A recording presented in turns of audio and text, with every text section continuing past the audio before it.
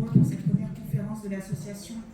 Et table ronde, du coup, il y aura un échange avec le public présent en fin de conférence, donc sur le thème autisme, neurodiversité et scolarisation. Donc, je vais vous présenter nos intervenants. Donc, je suis Sarah Leroux-Chiffard, je suis la présidente de l'association Autisme Asperger à Fleur de Pau.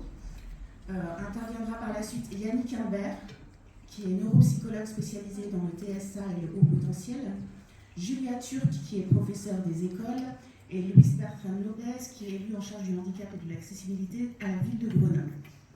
Donc voilà.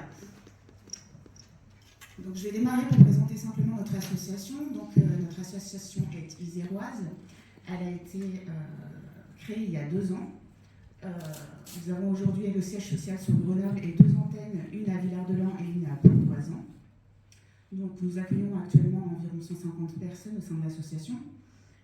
Donc notre association est en charge des enfants autistes sans déficience intellectuelle, des adultes également autistes, donc anciennement Asperger, des hauts potentiels, des TDAH et des TOP. Voilà. Donc les missions de l'association, tout simplement, tout d'abord apporter une écoute. On est là pour aider et accompagner les parents et les adultes dans leur démarche, proposer simplement une écoute en cas de difficulté, pouvoir orienter vers les professionnels si besoin. Ensuite, favoriser l'inclusion dans le milieu scolaire et professionnel. Donc nous intervenons en cas de difficulté avec les établissements scolaires, collèges et lycées. Nous intervenons notamment au sein des ESS, des équipes de suivi de scolarité. Nous, ce qu'on a pu constater, c'est qu'il y avait une certaine méconnaissance de la part des parents sur les lois et les droits des parents en termes de scolarisation. Donc n'hésitez pas à nous interpeller dans ces cas-là. Nous intervenons en cas de difficulté pour rappeler simplement vos droits en tant que parents pour la scolarité de vos enfants. Et on intervient également au niveau professionnel. Donc on travaille avec diverses entreprises du Polygone notamment sur la sensibilisation à l'autisme sans déficience intellectuelle au sein des entreprises. Et également, en cas de difficulté, nous intervenons pour sensibiliser les équipes et les employés. Et enfin, notre structure d'accueil, qui vient tout juste d'ouvrir du coup lundi, 30 janvier, qui accueille des enfants actuellement de 6 à 12 ans, en difficulté de scolarisation ou complètement déscolarisés, et également pendant les vacances scolaires ou dans la semaine en formule répit, pour que les parents puissent avoir un temps de répit. Donc on accueille des enfants autistes sans déficience intellectuelle, haut potentiel, TDAH et TOP. Donc l'idée de cette structure, c'est déjà de proposer un lieu d'accueil pour ces enfants, parce qu'il n'y en a pas actuellement sur Grenoble. On sait tous que la solution, quand il n'y a plus d'école, c'est l'IME, et qu'il y a actuellement 7 ans d'attente sur Grenoble, et que les IME ne sont pas forcément adaptés pour ce type d'enfants. Donc nous, on voulait proposer une solution dans l'urgence. Donc c'est un petit cocon, c'est tout mignon, c'est avenue Jean Perrault. Et de retravailler toute cette pédagogie quand l'école devient difficile, créer une réelle pédagogie adaptée pour ces enfants à besoins particuliers, autour notamment de la sophrologie, on fait de l'art-thérapie, on fait de la médiation animale, enfin, tout ce qui vient recréer un peu l'estime de soi et de la confiance en soi. Donc voilà ce que... Alors pourquoi on accueille également le public haut potentiel? Alors c'est vrai qu'à la base on était une association pour les autistes Asperger anciennement.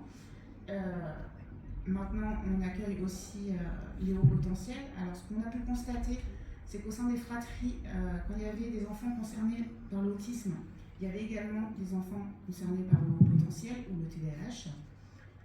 Donc même si le nom de l'association n'y fait pas référence, il faut savoir qu'on accueille également ce type de public-là, que ce soit enfant ou adulte.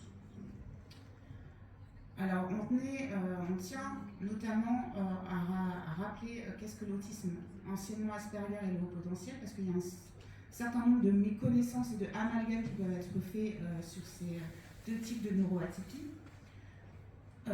notamment à cause de la surprésentation dans les médias du syndrome d'Asperger petit génie, pas du tout, haut potentiel petit génie, pas forcément. Et ce qu'on a noté, c'est que souvent la représentation qui était faite, c'était le syndrome du savant, et qui minimisait largement les difficultés des personnes autistes sans déficience intellectuelle.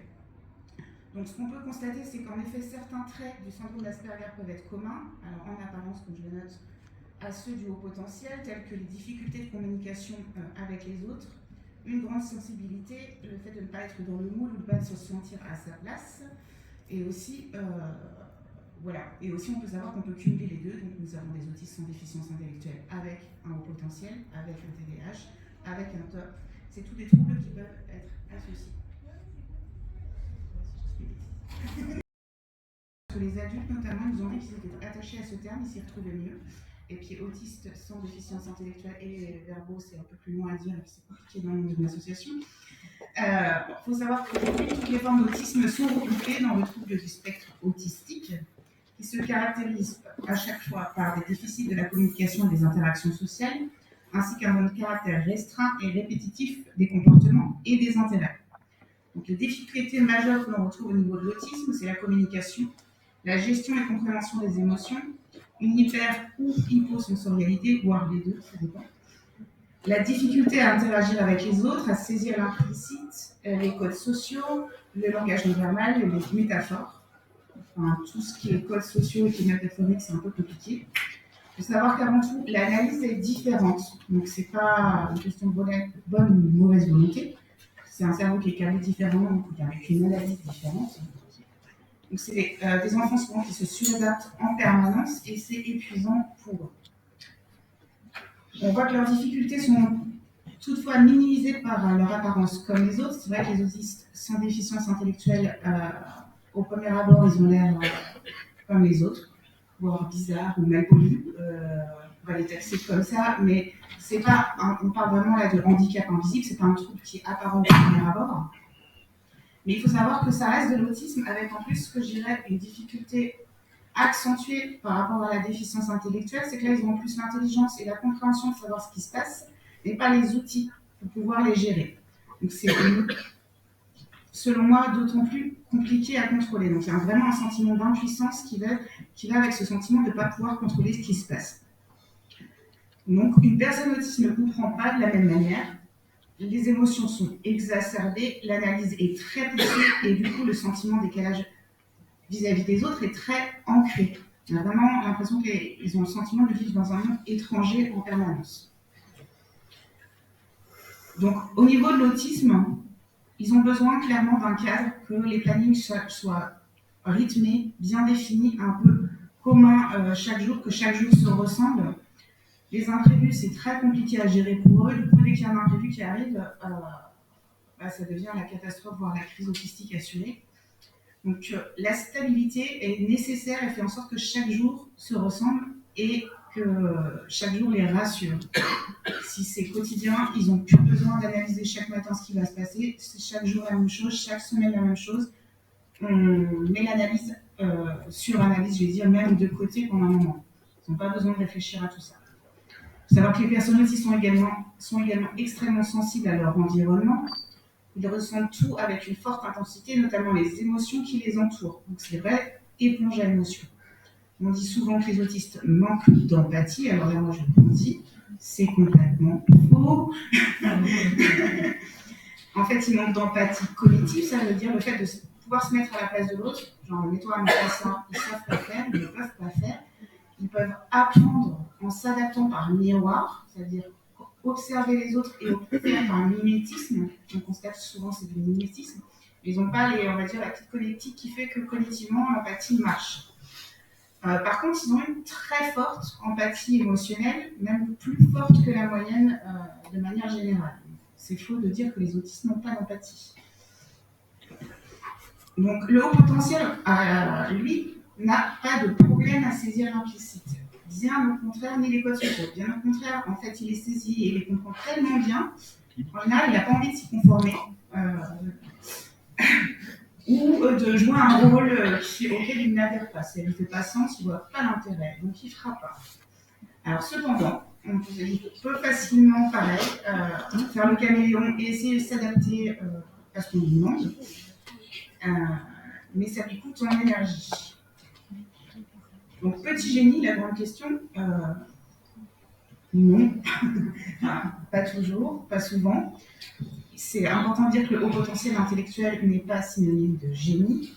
C'est un fonctionnement singulier, comme pour l'autisme. C'est des connectiques un peu différentes, un système cognitif différent, tant dans sa manière de réfléchir que d'apprendre le monde, que dans les relations avec son entourage. Le haut potentiel donc, peut se caractériser par une hyperesthésie. Alors, c'est quoi l'hyperesthésie? C'est pareil que pour l'autisme, c'est l'exacerbation des sens, de l'ouïe, du toucher, de la vue, des émotions. Tout ça, c'est ce qu'on appelle l'hyperesthésie. Une grande curiosité, une empathie plus forte que la moyenne, une hypersensibilité émotionnelle, un perfectionnisme exacerbé, c'est-à-dire une extra-lucidité sur la manière d'être qui, en général, généralement, moi si je me trompe Yannick, provoque une faible estime de soi. C'est-à-dire qu'on est tellement lucide sur nos défauts qu'on pense qu'on a une mauvaise estime de soi-même, tout simplement.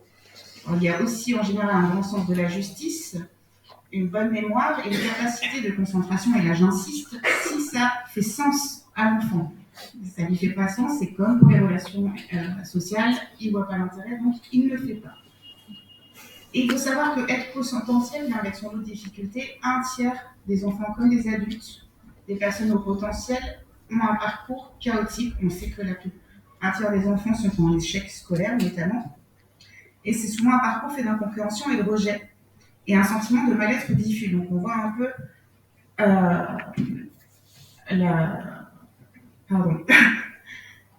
que l'autisme et le haut potentiel sur ce niveau-là se ressemblent. Donc il y a un autre revers au niveau du haut potentiel qu'on retrouve aussi dans l'autisme, c'est l'isolement. Ils ont du mal à construire des relations stables, donc comme je le disais, ça ne leur fait pas sens. Ils ne s'entendent pas forcément avec les personnes qui ne partagent pas certaines valeurs importantes pour eux, comme la compassion, l'équité ou la remise en question simple lors d'une erreur. Le haut potentiel intellectuel possède des processus d'identification particuliers qui sont rendus plus difficiles s'ils ne se retrouvent pas dans le fonctionnement des autres. Ce qui fait, comme je le disais, baisser l'estime d'eux-mêmes. Mais il faut savoir du coup que le haut potentiel ne présente aucun des symptômes de la triade de Wing qu'on retrouve dans l'autisme, qui sont les troubles de la communication verbale et non verbale, les troubles des relations sociales et les centres d'intérêt restreints ou des conduites répétitives, que l'on retrouve très beaucoup dans l'autisme. Alors, je vais parler du coup de difficultés communes. Alors pourquoi je vous parle de tout ça? C'est tout simplement parce que nous, au niveau de l'association, c'est sur cela que l'on travaille principalement. C'est notre but. De trouver les difficultés qui sont communes à toutes ces formes de neuroatypie et de travailler dessus pour qu'ils puissent être inclus après durablement, socialement et dans notre société. Donc l'intensité émotionnelle, que ce soit pour toutes ces formes de neurodiversité, elle est plus forte que la moyenne. On sait en tant que parent que c'est très difficile d'accueillir cette forte intensité émotionnelle qu'on retrouve chez nos enfants. Généralement, collectivement, on peut dire qu'on a peur de nos émotions. On essaye de les camoufler, de mettre un couvercle dessus, de ne pas les sortir, on les étouffe. Donc un enfant qui vit de l'intensité émotionnellement forte, c'est compliqué en tant que parent d'être seulement présent et de l'aider à se réguler. Quand on est témoin de quelqu'un qui déborde ou qui est vraiment triste ou malheureux, on va se retrouver impuissant, et le réflexe le premier, ça va être de vouloir aider, de vouloir faire. Il faut que je fasse quelque chose pour arrêter cette tempête émotionnelle que vit mon enfant. Alors, en fait, le meilleur accompagnement à offrir, enfin, nous, ce qu'on pense au niveau de l'association, c'est une présence qui est la même, le « je te vois tel que tu es, je te comprends tel que tu es, je mesure à quel point ça te touche, je vois combien tu as peur ». Enfin, ces petites phrases tout simples qui aident justement. Voilà. Donc, plusieurs comportements jugés de difficiles s'expliquent par cette hypersensibilité, donc ce que les autres vont constater comme comportement jugé de difficile. Par exemple, ce que nous percevons comme un repli sur soi en autisme est souvent une position de recul face à l'environnement surstimulant. C'est une position de défense pour eux, pour éviter une surcharge sensorielle. Donc, c'est important, je vais dire, de l'accompagner sans vouloir la taire. L'enfant peut alors être incapable de parler, ça on peut le voir souvent, tant qu'il y a d'informations entrantes, autant externes que internes. Il y a tellement de flux d'informations, auditifs, tactiles, visuels, intuitifs, les pensées qui vont dans tous les sens, émotionnels, physiologiques, que l'enfant entre soit en mutisme sélectif, soit en excès de violence, ça on peut le constater aussi. C'est juste une question de surcharge qui est trop forte. Un enfant, par exemple, incapable de se concentrer, qui a besoin de bouger ou qui, à l'inverse, procrastine, peut être assailli par des stimulations et donc par le stress et l'inconfort qu'il ressent dans son corps. Donc ce besoin, ce qu'on constate, c'est un besoin de compréhension et de reconnaissance. Donc la base déjà, quand on parle de neuroatypie, un fonctionnement en dehors de la norme, ça veut dire en dehors de la majorité des personnes qui vivent. Ça ne veut pas dire pas normal, ça ne veut pas dire hors norme, ça veut dire la petite courbe des gens, là il y a la majorité, puis il y a ceux qui sont minoritaires, on va dire. Donc il faut donc pouvoir, non pas tenter de réduire dans l'idée de le faire rentrer dans une norme, mais au contraire le respecter. En effet, vouloir le supprimer équivaudrait à demander à la personne de s'amputer d'une partie d'elle-même. Et cette amputation qui risque d'entraîner un mal-être, avoir le sentiment de ne pas être comme les autres, d'être trop différent, d'être trop en décalage, voire à part. Donc vraiment cette non-appartenance qui est vécue par les personnes neuroatypiques. Et cette trop grande différence peut donc engendrer des problèmes d'adaptation comportementale et relationnelle, qui risquent de faire souffrir la personne. En effet, la personne perçoit ses propres difficultés d'intégration sociale, ce qui peut engendrer une altération de l'estime de soi, et le vécu décalage peut engendrer le sentiment de ne pas être légitime ou de ne pas avoir sa place. Donc l'appartenance est vraiment important. Donc cette non-appartenance, ça peut alors engendrer ou renforcer un sentiment vide, de la solitude, des crises d'angoisse, voire un état d'effondrement dépressif et une dépression qui peut rester à la longue. Donc, un enfant se co-construit avec son environnement. Un des besoins affectifs fondamentaux semble être la reconnaissance. Le nom reconnaissance, vous voyez à entendre par sentiment de reconnaître comme légitime. Tu es légitime d'être comme tu es, je te comprends et je t'accepte d'être comme tu es. Donc le je te comprends. Le besoin de reconnaissance, donc c'est le besoin d'être identifié au travers de ses besoins, de ses envies, de ses ressentis, de ses pensées, comme légitime. Ainsi, le regard de l'autre a une fonction de miroir qui renvoie à une légitimité à être, à exister. Et cette reconnaissance, elle permet l'attache, l'accroche, l'ancrage au monde, l'appartenance à un groupe. C'est ce qu'on fait notamment au sein de la structure. On nous parle, c'est vrai qu'on nous a reproché de ne pas inclure d'enfants neurotypiques. Et justement, ce qu'on essaie de recréer, c'est cette appartenance à un groupe. Quand les enfants arrivent en phobie scolaire ou en cassure au niveau du social, c'est qu'ils se sentent mis à part. Moi, en tant que maman de 3 enfants neuroatypiques et d'un enfant autiste, moi, ce que j'entends en général, c'est que j'en ai marre d'être différent, je ne me sens pas compris, je suis nulle, je suis bizarre, je ne mérite limite pas de vivre. Donc nous, ce qu'on veut recréer, c'est cette appartenance à un groupe pour dire tu es comme tu n'es pas seul. On récrée cette estime et cette confiance de soi. Donc parfois, tout se passe comme si vous n'avez pas le même décodeur pour percevoir et comprendre le monde. Donc ainsi, la personne se replie par moment dans sa bulle. Et ce repli, il faut le savoir, c'est une forme de défense, une protection, un refuge, à défaut de ne pas pouvoir communiquer avec un monde perçu comme différent. Donc voilà, je vais en terminer par là. Donc, pour toutes ces formes d'atypie, comme je le disais, les enfants ont des difficultés à trouver leur place à l'école, dans la fratrie ou bien à se socialiser et intégrer un groupe de leur âge. Nous, au niveau de l'association, on travaille sur tout ce que je viens de vous présenter pour les accompagner, pour les aider à se développer, leur qualité, leur place dans notre société et une meilleure estime d'eux-mêmes dans le respect de leur fonctionnement. Voilà, merci beaucoup.